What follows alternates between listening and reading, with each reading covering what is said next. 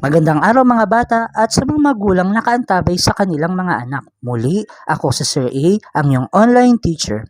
Handa na ba kayo? Manood, makinig, at matuto dito sa Aerials Channel. Ikaapat ang markahan, ikalawang linggo ng EPP5. Ang mga impormasyon at mga larawan ay mula sa Itulay Online Tutorial EPP5. Materialis na gamit sa mga gawaing pang-industriya. Isa-isahin natin. Kawayan, isa sa mga pinakakilalang uri ng halaman dahil sa taglay nitong tatag. Tinatayang may mahigit sa 49 na uri ng kawayan. 8 rito ang karaniwang ginagamit sa ating bansa. Ito ay maaaring gawing upuan, gayon din ang mga tahanan, dahil ito ay matatag at matibay. Ang sumunod naman ay ang ratan, isang uri ng halaman na tumutubo mula sa 250 hanggang 650 metro. May tendrils ito sa dulo, kaya ito ay may kakayahang gumapang sa mga puno. Ginagamit sa paggawa ng kasangkapan tulad ng nasa larawan. Maaring upuan, maaring makahon na gawa sa ratan. Ang sumunod naman ay ang abaka. Ito ay klase ng sinulid, seda o himaymay na gawa sa puno ng abaka. Tumutubo ang halamang ito na may taas na 20 talampakan. Ang mga fiber nito ay ginagamit sa paggawa ng sinulid, lubid, Manila paper at mga damit. Maaring gawing bag, gayon din maaring gawing tsinelas. Ang sumunod naman ay ang rami.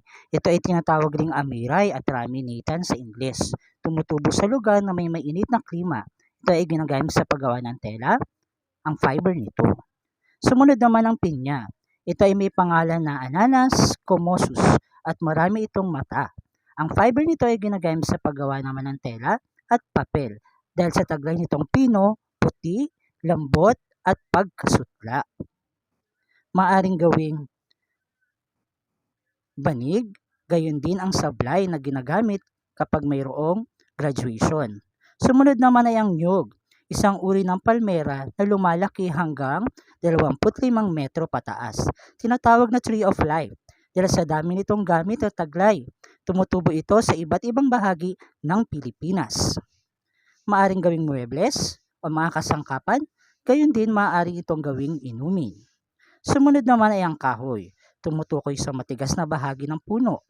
Ito ay may fiber o fibro na karaniwang ginamit sa paggawa ng bahay. Ilan sa mga halimbawa nito ay ang yakal, mulabe, nara, at kamagong. Ang sumunod naman ay ang katat. Tumutukoy ito sa balat ng malalaking hayop tulad ng baka o mga wangis baka. Dumadaan ito sa mahabang proseso. Ginagamit ito sa paggawa ng sinturon, bag, maleta, mga kasangkapang pambahay at iba pa. Nariyan naman ang plastic. Tumutukoy sa material na binubuo ng synthetic organic at compound. Tulad ng malalagyan ng mga inumin, baso, plato, lutuan, basket, kutsara, tinidor, straw, CD, mga appliances at ilang bahagi ng sasakyan. Sumunod naman ang elektrisidad. Ito ay material na ginagamit sa pagsusupply ng kuryente, sa pag-iinit at pag-iilaw. Halimbawa may mga kable na yari sa tanso, nichrome, transformer at insulator. Sumunod naman ay ang kabibe. Ang kabibe ay isang uri ng pamprotektang panlabas ng balat ng hayop. Karaniwan itong ginagamit o ginagawang palamuti sa bahay, katawan, bag, wallet at iba pang mebles sa bahay. At para sa inyong gawain, narito ang tanong, paano nakatulong ang mga kaalaman at kasanayan sa mga gawaing pang-industriya sa pang-araw-araw na pamumuhay ng bawat tao? Isulat ito sa inyong kwaderno. Alam kong marami na naman kayo natutunan sa araw na ito. Muli, sa ating pagkikita, paalam!